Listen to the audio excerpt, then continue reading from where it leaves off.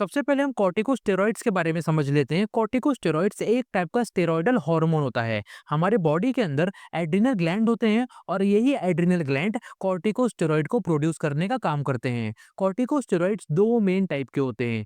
एक होता है ग्लूकोकॉर्टिकॉइड्स, इसके एग्जाम्पल है कॉर्टिसोल। दूसरा है मिनरलोकॉर्टिकॉइड्स और इसके एग्जाम्पल है अल्डोस्टेरॉन। कॉर्टिकोस्टेरॉइड्स हमारे बॉडी के अंदर metabolism, immunity response, inflammation control and electrolyte balance के लिए काफी ज्यादा इंपॉर्टेंट होता है। सो ये तो था एकदम छोटा सा इंट्रोडक्शन अबाउट कॉर्टिकोस्टेरॉइड्स। होप आपको अच्छे तरीके से समझ गया होगा। इसके बाद हम फिजियोलॉजिकल रोल ऑफ कॉर्टिकोस्टेरॉइड्स के बारे में समझ लेते हैं, यानी कि कॉर्टिकोस्टेरॉइड्स हमारे बॉडी के अंदर कौन कौन से इंपॉर्टेंट फंक्शन दिखाता है एंड इसका इंपॉर्टेंट रोल क्या क्या होता है, इसके बारे में समझ लेते हैं। सबसे पहला है regulation of metabolism. Corticosteroids like cortisol increases blood glucose levels by promoting gluconeogenesis and inhibiting glucose uptake. It enhances protein and fat metabolism, providing energy during stress. Corticosteroid जैसे कि कॉर्टिसोल हमारे बॉडी के अंदर ग्लूकोनियोजेनेसिस को promote करते हैं और इसी के वजह से हमारे ब्लड के अंदर ग्लूकोज का लेवल इंक्रीज हो जाता है और हमारे बॉडी के अंदर ग्लूकोज अपटेक को भी ये इनहिबिट करने का काम करते हैं। इसी के साथ साथ कॉर्टिकोस्टेरॉइड जैसे कि कॉर्टिसोल हमारे बॉडी के अंदर protein as well as fat के मेटाबॉलिज्म को एनहांस करते हैं और इसी के वजह से स्ट्रेस के दौरान हमारे बॉडी को अच्छे तरीके से एनर्जी मिल पाता है। इसके बाद है immune system modulation. Corticosteroid reduces inflammation and slow down immune response to prevent over reaction. Corticosteroids हमारे बॉडी के अंदर इन्फ्लामेशन को रिड्यूस करने का काम करते हैं एंड इम्यून रिस्पॉन्स को भी स्लो करने का काम करते हैं और इसी के वजह से हमारे बॉडी के अंदर किसी भी टाइप का रिएक्शन प्रिवेंट होने के चांसेस रहते हैं। इसके बाद है stress response. When our body is in stress, cortisol released which help to maintain blood pressure and energy levels. जब हमारे बॉडी एकदम स्ट्रेस में रहती है तो स्ट्रेस के दौरान हमारे बॉडी के अंदर कॉर्टिसोल रिलीज होता है और जब कॉर्टिसोल रिलीज होता है तो यही कॉर्टिसोल हमारे बॉडी के अंदर ब्लड प्रेशर को मेंटेन करता है एंड एनर्जी लेवल को भी अच्छे तरीके से मेंटेन करने का काम करता है।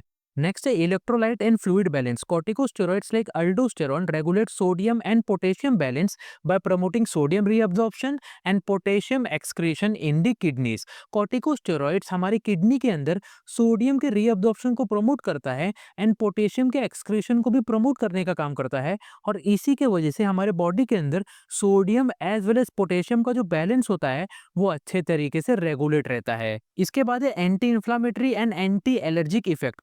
Corticosteroids inhibit inflammatory mediators like prostaglandin and leukotrienes, reducing swelling, redness and pain. Corticosteroid हमारे बॉडी के अंदर prostaglandin as well as leukotrienes को इनहिबिट करने का काम करता है। जैसे ही ये दोनों केमिकल इनहिबिट होते हैं वैसे ही हमारे बॉडी के अंदर swelling, redness as well as pain भी रिड्यूस होना चालू हो जाता है।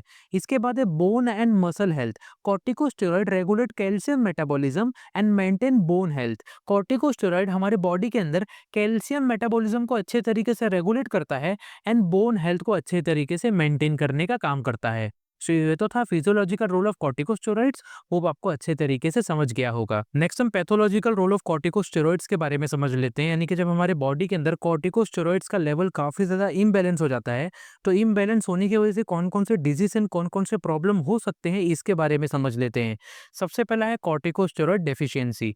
When corticosteroid level decreases in the body it can lead to Addison's disease. This cause symptoms like tiredness, weight loss, low blood pressure and imbalance electrolytes. जब हमारे body के अंदर कॉर्टिकोस्टेरॉइड्स का लेवल काफी ज्यादा डिक्रीज हो जाता है तो इसकी वजह से एडिसन्स डिजीज होने लगता है और इसी डिजीज के वजह से हमारे बॉडी के अंदर tiredness, weight loss, low blood pressure and imbalance electrolyte जैसे सिम्टम्स होने लगते हैं।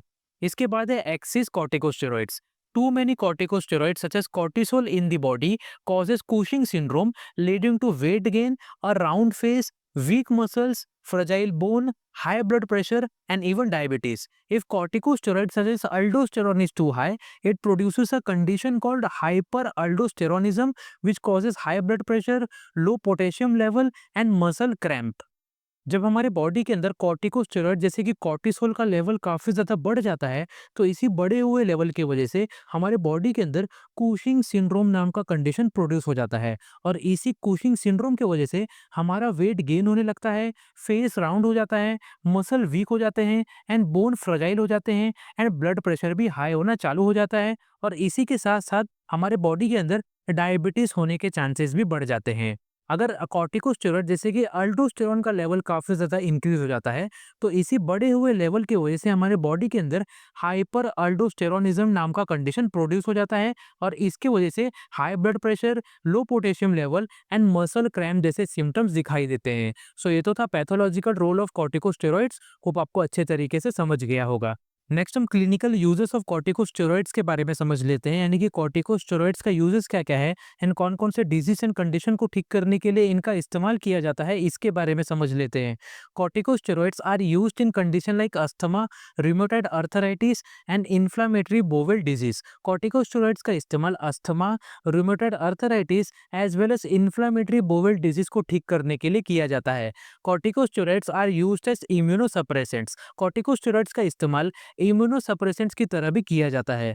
Corticosteroids are used in the treatment of Addison's disease. Addison's disease को ठीक करने के लिए भी कॉर्टिकोस्टेरॉइड्स का इस्तेमाल किया जाता है। Corticosteroids are used in the management of COPD. COPD यानी कि क्रोनिक ऑब्स्ट्रक्टिव पल्मोनरी डिजीज के मैनेजमेंट में भी कॉर्टिकोस्टेरॉइड्स का इस्तेमाल किया जाता है। Corticosteroids are used for the treatment of skin conditions like eczema and psoriasis। Eczema and psoriasis को ठीक करने के लिए भी corticosteroids का इस्तेमाल किया जाता है। Corticosteroids are used in cancer therapy। Cancer के थेरेपी में भी corticosteroids का इस्तेमाल किया जाता है। Corticosteroids are used in anaphylaxis, septic shock and cerebral edema। Corticosteroids का इस्तेमाल anaphylaxis, septic shock as well as cerebral oedema को ठीक करने के लिए किया जाता है। Corticosteroids are used to treat eye inflammation. Eye inflammation को ठीक करने के लिए भी कॉर्टिकोस्टेरॉइड्स का इस्तेमाल किया जाता है। सो ये तो था clinical uses of corticosteroids. Hope आपको अच्छे तरीके से समझ गया होगा। सो यहाँ पर कॉर्टिकोस्टेरॉइड चैप्टर अच्छे तरीके से खत्म होता है। अगर आपको किसी भी टाइप का क्वेश्चन या फिर डाउट है, तो आप हमें कमेंट बॉक्स में पूछ सकते हैं।